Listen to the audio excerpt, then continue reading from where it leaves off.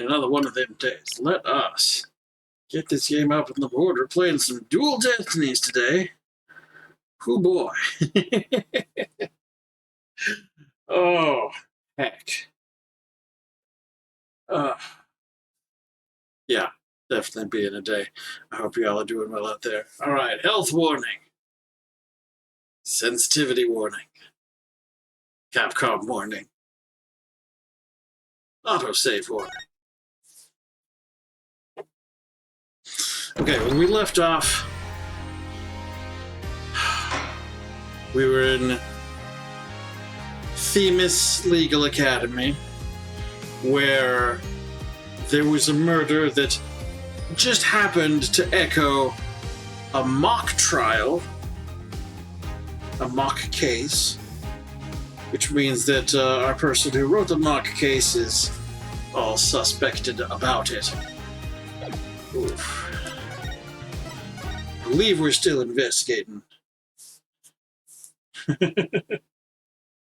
Trying to figure out what's going on. Oh boy. Right, okay, so we talked to you then.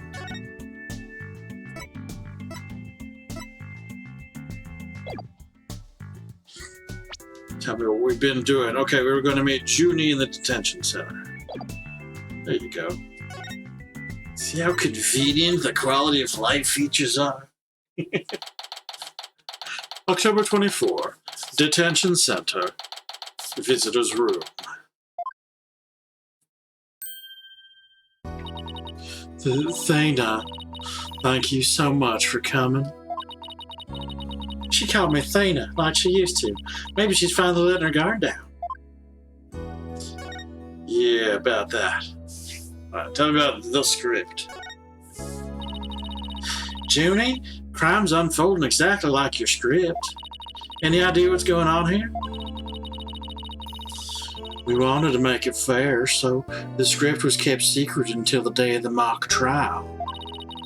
And the only people who knew the details were Professor Court and I. None we haven't heard already so far. However...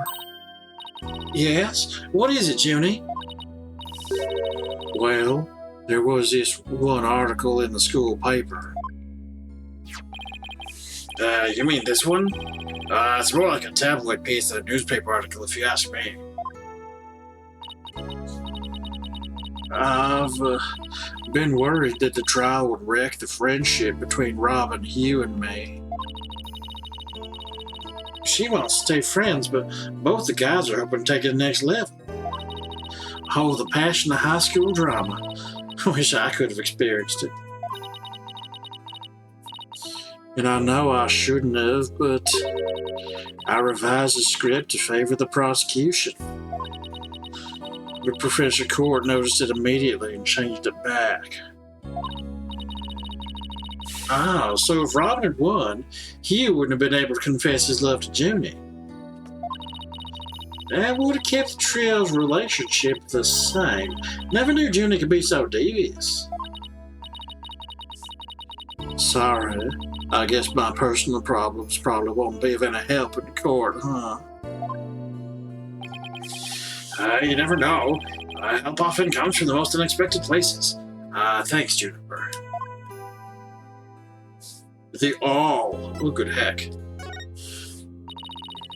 I was wondering about that awl you had on you when you were arrested. Detective Fulbright, we found this in the suspect's pocket. What else? There's blood on this. That's evidence we made for the mock trial. A mock trial? Never heard of such a thing, but it sounds fishy to me. Real fishy. It was a murder weapon from the mock trial. Professor Court and I were prepping it in the art room until the day before the trial. I didn't even realize I still had it on me until I was arrested. Then we've nothing to worry about. There shouldn't be any way to link it to the crime. Still, That blood red color on the owl bothers me. Wasn't it just paint or something? I mean, I was looking at it from pretty far away, but it probably was just paint, but that's what bothers me. It wasn't on the owl when we were prepping it yesterday. It wasn't. Then how and when did it get there? Well, before the mock trial began, I showed Thane and Mr. Wright to the waiting room. Then I went back to my dressing room to get the trial props we were going to use. That's when I found the art room key and the owl with what looked like blood on it. Key? And the owl? Professor Court normally has the art room key since she is the Fine Arts Club's advisor. And since that key was there in the dressing room, I thought she was the one who had painted the owl that looked like it had blood on it. After all, she always insisted that the props should be realistic, so the owl suddenly shows up on the day of the trial with what looks like blood on it? I have a real bad feeling about this. Me too, but let's not jump the gun on this. Mock trial prep work. You and Professor Court were busy preparing for the mock trial together yesterday, right? Was that the last time you saw her? Yes. I left school at around 6 p.m. Did you notice anything different about her? No, I didn't notice anything out of the ordinary. She looked and acted the same as always. I would have never guessed she'd end up like this. It looks like we're about out of time. Thank you for coming to see me. We'll do everything we can to prove you innocent tomorrow. I know, and I believe in you, Thena. Well, I should go now. Bye. Is she gonna be alright? She's like a shadow of the girl we met back at the academy. Junie, I know, was always like that. A little weak and sickly. But the fact she's lifted her facade shows she trusts us. Even still, what is it? Well, when Junie and her two friends were talking about their friendship, I sensed some discord in their hearts. Seriously? Yeah, it was really fine. I might have been mistaken. There's no reason to doubt their friendship, is there?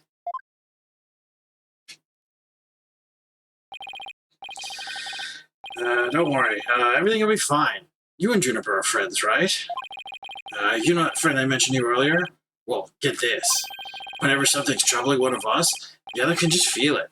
That's real friendship. I suppose you're right. Might as well forget about that and concentrate on the trial. Yep, tomorrow's a big day. Let's sort out what we know so far. Okay. The victim, Professor Constance Court, was murdered in the art room on the 3rd floor. Then her body was moved to the outdoor stage in the quad. Also, location where we found the body was just as the mock trial script described. We're still the only similarities they shared. What do you mean? What I mean is the script of this case are exactly the same, in almost every respect.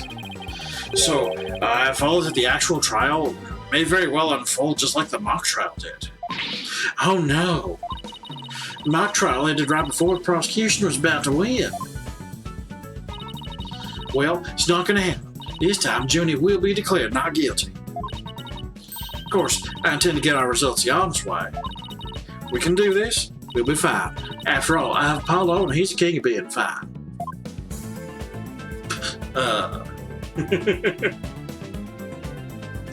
To be continued. Right now. Sure. Let's fry up some progress.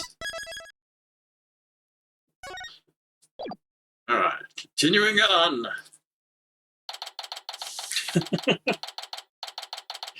October 25, 9:47 a.m. District Court, Defendant Lobby number 3. My butterflies are butterflies in their stomach. So what's it like to have your very own case for the first time? My heart ain't raced as fast since I ran that full marathon last year. If it keeps up, you might get a lawyer's high. Like a runner's high. Relax. Everyone's nervous their first time. So my fears weren't unfounded. After all, today's prosecutor is so terribly brutal. And willing to use any means necessary to win a conviction. Here's that the end justifies the means concept again. Now that it has come to this, we have no choice but to fight fire with fire. The end justifies the means. I wish he'd stop saying that. That's your method, Professor. I'm gonna defend Juniper in my own way. But Miss Sykes, just yesterday you told me, as a lawyer, what is it that you treasure beyond all else? Well, that's an easy one, Professor. Seeking justice for my clients. But if this trial proceeds in the same manner and ends in the same way as the mock trial, would you not lose everything you've worked so hard to gain? Well, I'll just have to make sure that doesn't happen then, won't I?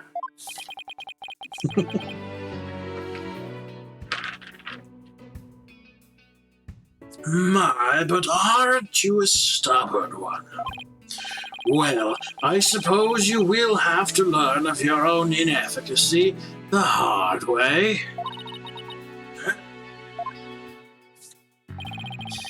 Forgive me, Professor Means, but can we just leave it at that?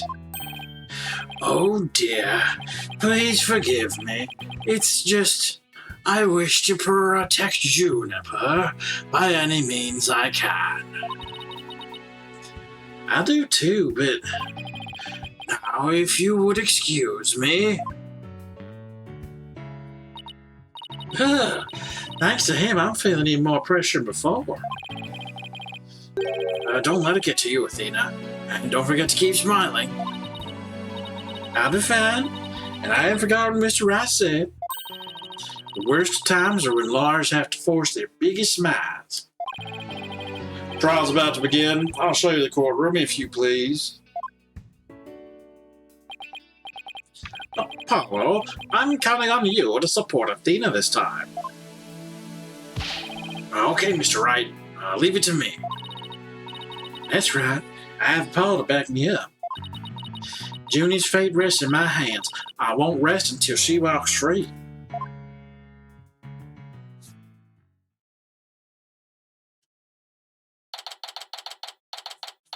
October 25, 10 a.m. District Court.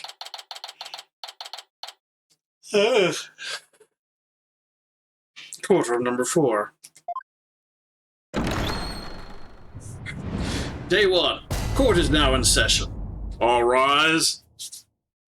Court is now in session for the trial of Juniper Woods. Athena Sykes, the defense team leader is ready, Your Honor.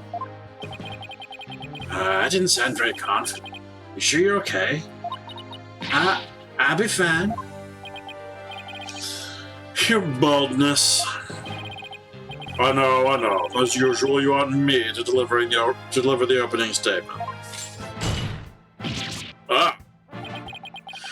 This case is crystal clear. I see no need to explicate it any further.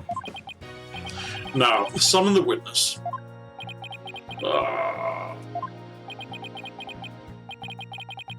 Is there something the matter? Please do share your boldness. Well, whatever gave you that idea? Bailiff, please call our first witness. And now we don't even get an opening statement.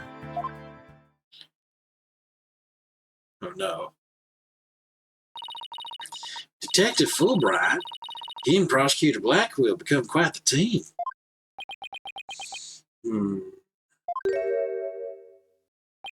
All right, the case brief. Leave it to me. Yes, let the detective in charge, everyone's favorite friend of justice, explain. What was that just now? It's like he and Blackwell are totally in sync. Well, I don't think they're capable of mind melding, if that's what you're thinking. All right, Detective Fulbright, would you please explain the case to the court? Professor Court's body was discovered on October 24th at approximately 2:30 p.m. She was murdered with this all I have here. The victim's blood and the defendant's prints were both discovered on it. All added to the court record. The weapon used to murder Constance Court. Her blood was found on it, along with Junie's fingerprints.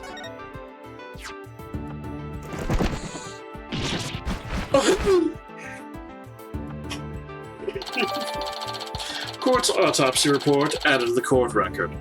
Estimated time of death, between 6 and 8 p.m. Cause of death, blood loss from a deep stab wound in the victim's side. Wow, that bird can deliver evidence too? Blackwell's trading it well. Maybe Blackwell should train it not to mess up people's hair while he's at it. Moving right along, the body was discovered on the outdoor stage, although no blood was found there. However, we detected traces of a massive amount of blood in the third-floor art room. In short, the murder took place in the art room. So, then the body had been moved from the art room to the stage? Precisely, and there is one more piece of irrefutable evidence. A recording made by a tape recorder that a school paper reporter hid in the art room. It captured a female voice screaming, "You're a goner." What's this? You have such a recording?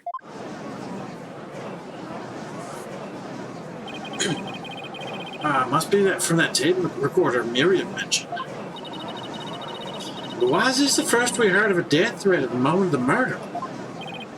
Shush, shush, shush. Silence, please. I would like to play the tape for you now.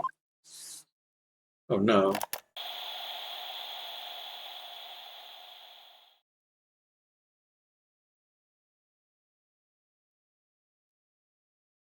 You're a goner. Okay. It is quite hard to hear. But the voice does sound female. Tape recorder added to the court record. Used by Miriam to secretly record the conversation in the art room. A woman can be heard shouting, "You're a goner." I completely forget what voice we gave to Miriam. That's okay. It'll be fine. The noise and low volume of the voice have made voice print analysis all but impossible. Then you haven't identified the voice as belonging to the defendant. Not so fast. After all, voice print analysis isn't everything. The victim was killed at night, then discovered in the afternoon the next day. The question is, when was the body moved? I know. It could have been moved in the middle of the night when no one was around. Sorry, but no. The campus was full of students that morning. However, no one reported seeing a body.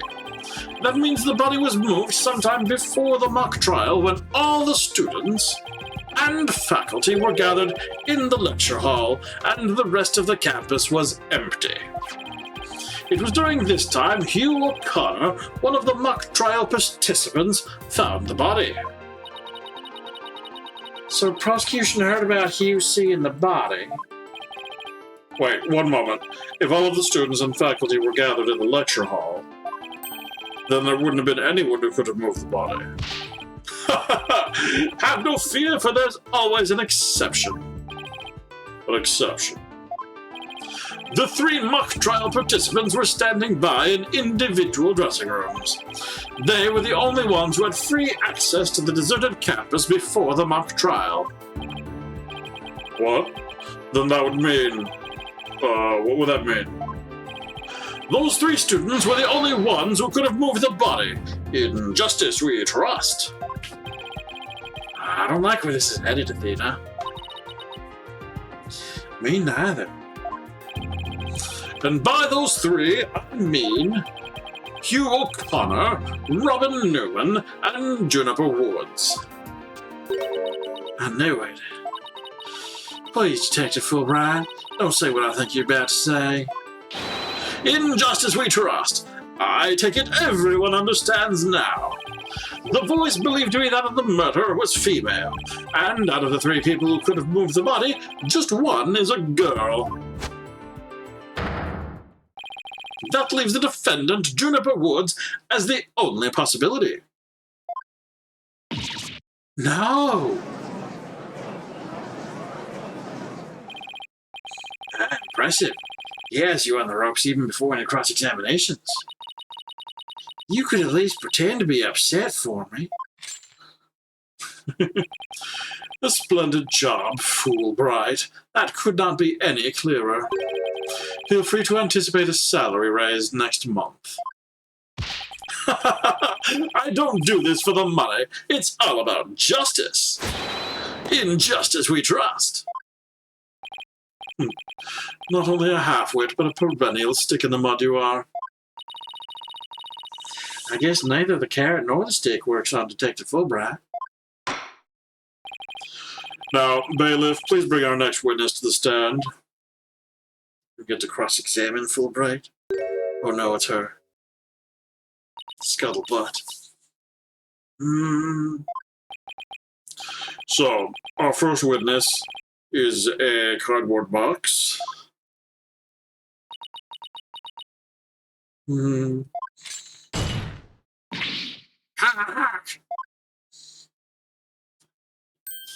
I don't know. Stealth mode deactivated.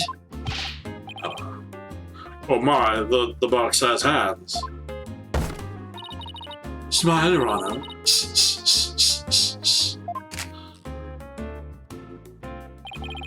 What the dickens? I've just had my picture taken. Miriam Scuttlebutt, senior at the Legal Academy. I'm a reporter on the judge course. Juniper's been a bad, bad girl. I'll tell you all about her crimes. Might I ask whether you would come out of that box? How will I get any more scoops if I blow my cover? So the answer is no. After all, covert action is an undercover reporter's bread and butter. But testimony from a faceless witness is highly irregular. A former ninja I met in the clink said that exposing those who work in the shadows is to pass the death sentence upon them. Oh my, I'd never thought of it that way. Very well, if it would spare a life, I'll make a special exception this time. Former ninja in prison? How was Shinto? How can the judge believe this load of crock? Now, your testimony, please. Oh, but take care not to reveal your face.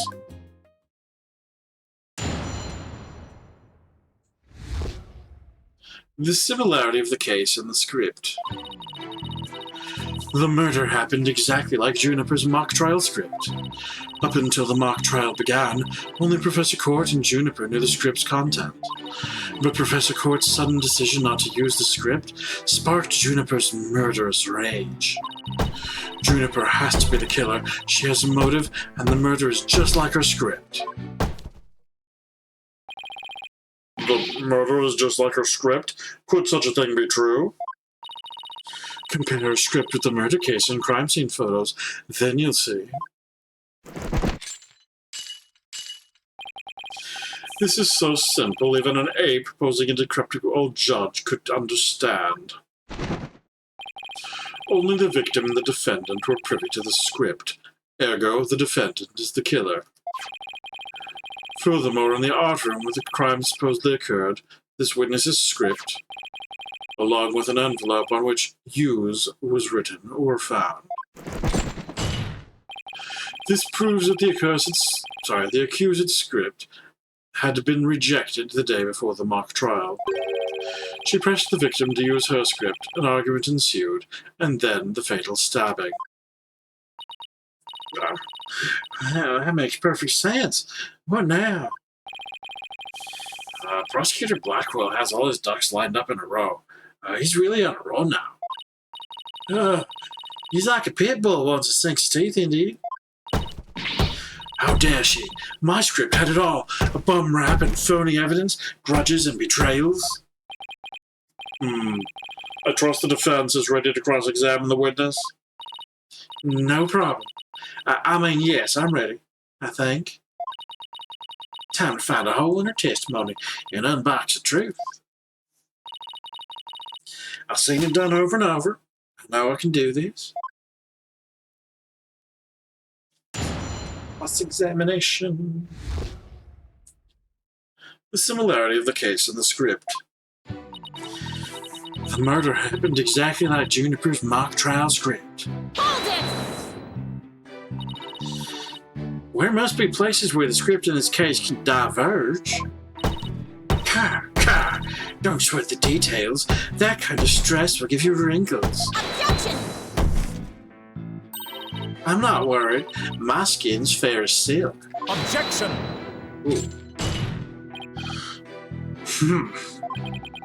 Indeed, you are quite fair. Fairly desperate.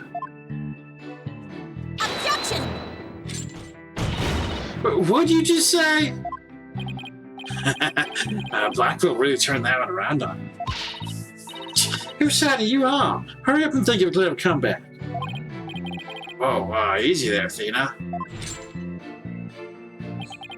Now, you listen to me. The two cases do indeed have their differences. For one, the stage hadn't yet been erected in the mock trial script. And in the actual case, there were signs indicating the victim's wrists had been bound. But such differences pale in comparison to the host of similarities. In any event, replicating the crime without knowledge of the script is an impossibility. Looks like I won't be passing this off as a coincidence. What a total burn. Try again, why don't you, Pawn of Woods? Up until the mock trial began, only Professor Court and Juniper knew the script's content. Hold it! Somebody could have stolen a pig beforehand. Now, a question. That was only the one copy, okay. We saw these things. Oh, arrow. Borrowing one from the archery club could give away part of the script's plot, so it is possible that people would know, given that the fact that, anyway, interesting. Somebody could have stolen a pig beforehand. I don't think so. I mean, I tried any number of times.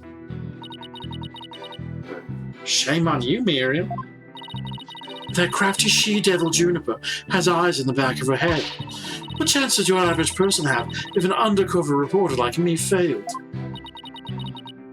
Interesting point. Still, Miss Scuttlebutt, won't you get in trouble later for admitting to such underhanded tactics? Why, I plead entrapment. How is you blurting out your own crime, entrapment?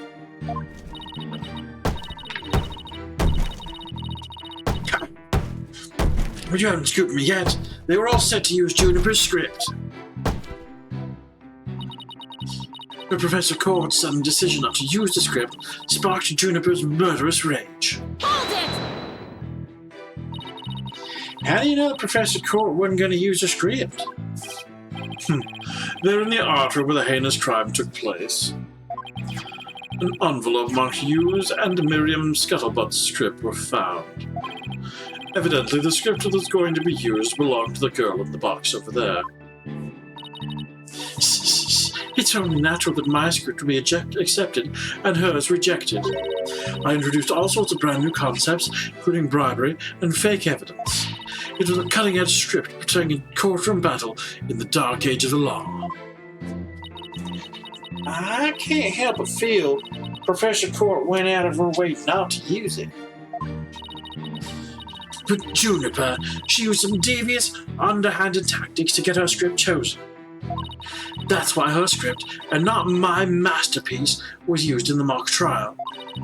How's that for an explanation? Juniper has to be the killer. She has a motive, and the murder is just like her script. Hold it! Anyone who saw the mock trial could have recreated the crime. After they saw the mock trial, they could have easily staged body just like script. Objection!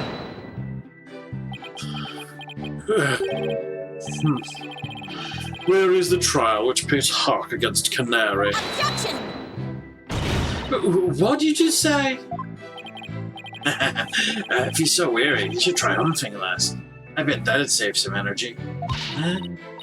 There's no time for jokes, Apollo. He just called me a canary. Don't let him get to you. At least canaries pick up on things quickly. Just like you. I shan't repeat myself, so listen carefully, Sykes Dono. Hugh O'Connor discovered the body before the mock trial even began. How could one stage the body as it is in the script before anyone knew its contents? That's right. Do you even fathom the intricacies that go into staging a crime scene? Bro, do you even fathom? No, I think not. You have the rudimentary mind of an elementary school child. Elementary school? Reporter's testimony throws attorney Athena Sykes for the loop. A perfect caption. How marvelous. A photo in the newspaper is just the thing to boost your brand. In a school paper? Seriously? I believe you've pressed the witness more than enough, Miss Sykes. Now, do you see how clear-cut my case is? Take it now, and in that fair, desperate mind of yours. Etch it deep so you may never forget. No! No! Even my arguments get thrown back in my face. It wasn't supposed to be like this. What am I gonna do? Athena. You should just about have all the answers you've been looking for now. Huh? Think about it this way. If the killer knew the details of the mock trial, would they really commit the crime in the exact same way? I don't follow. Try to place yourself in the killer's shoes. I bet you'll discover an inconsistency if you do. I get it. Okay, she gets it. I don't know if I do.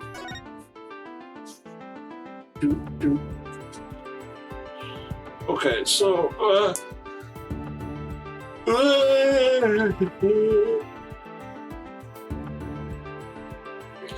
so first off, she's doing all these meetings with Hugh. I think that's, the arrow. School paper. The stage costume.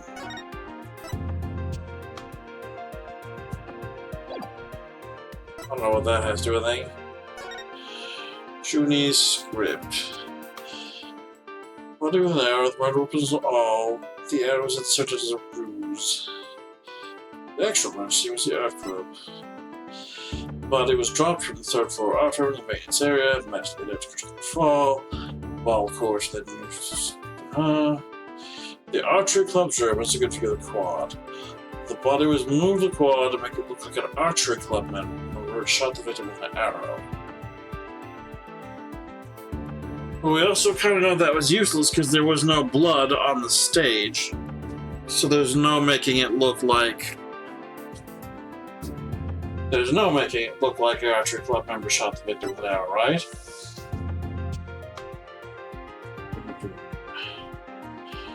Sweatsuit.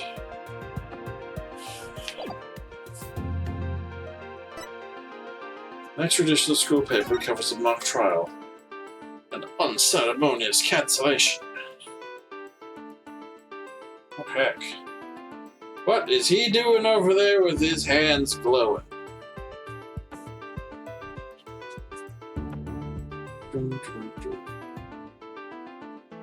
Why is that suspicious? So here's the all.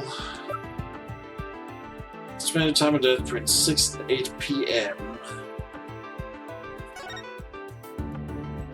Blood loss due to a stab wound on the side of the body. Marks indicate wrists may have been bound. No other visible damage, but stab wound was very rough. Tape recorder. You're a goner. It's not in the script, is it?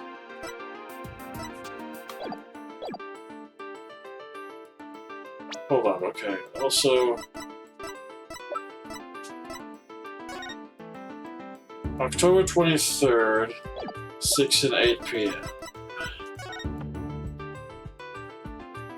October 23rd. Just supposed to meet with Hugh on that date. Preferable trial final confirmation. That happened after. Ooh, that's interesting. Final confirmation? Like, as to which script would be used?